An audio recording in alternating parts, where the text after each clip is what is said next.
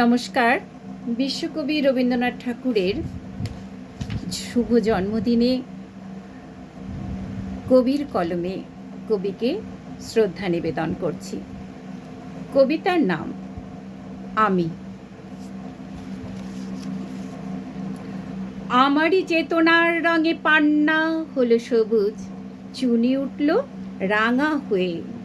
আমি চোখ মেললুম আকাশে, জ্বলে উঠল আলো পূবে পশ্চিমে।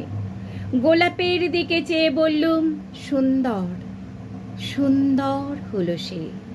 তুমি বলবে এ যে তত্ত্ব কথা, এ কবির বাণী নয়। আমি বলবো এ সত্য, তাই এ কাব্য। এ আমার অহংকার, অহংকার সমস্ত মানুষের হয়ে। মানুষের অহংকার পটেই বিশ্বকর্মার বিশ্বশিল্প।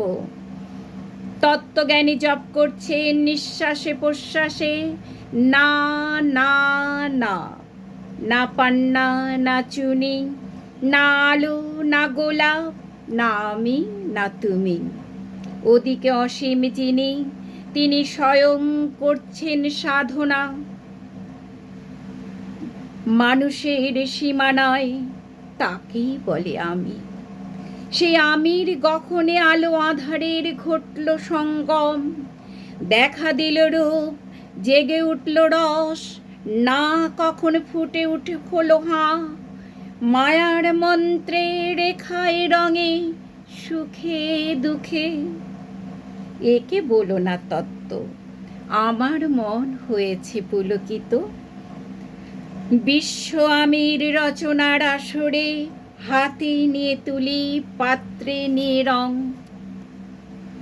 পণ্ডিত বলছেন বুড়ো চন্দ্রটা নিষ্ঠুর চতুর হাসি তার। মৃত্যুদূতের মতো গুড়ি মেরে আসছে সে পৃথিবীর পাঁজরের কাছে।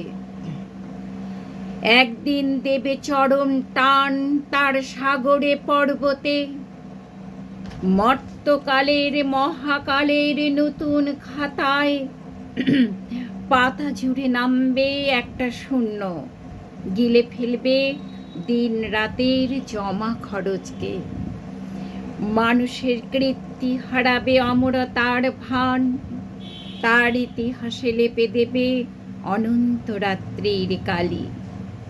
মানুষের যাবার দিনের চোখ বিশ্ব থেকে নিকিয়ে নেবে রং।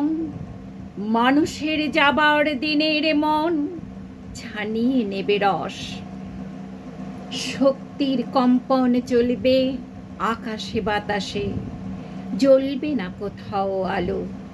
বিনাকিন সবাই যন্ত্রীর আঙুল নাচবে, বাজবে না সুর। সেদিন কবিত্বহীন বিধাতা একা রবেন বসে নীলিমাহীন আকাশে।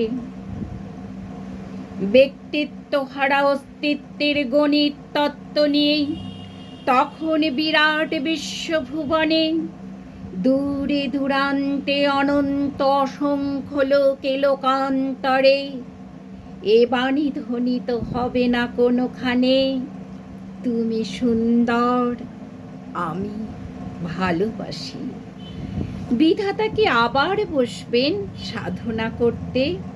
যুগ যুগান্তর ধরে প্রলয় সন্ধ্যায় জপ করবেন, কথা কও কথা কও, বলবেন বলো তুমি সুন্দর, বলবেন বলো আমি ভালোবাসি, বলবেন বলো তুমি সুন্দর, আমি ভালোবাসি। নমস্কার।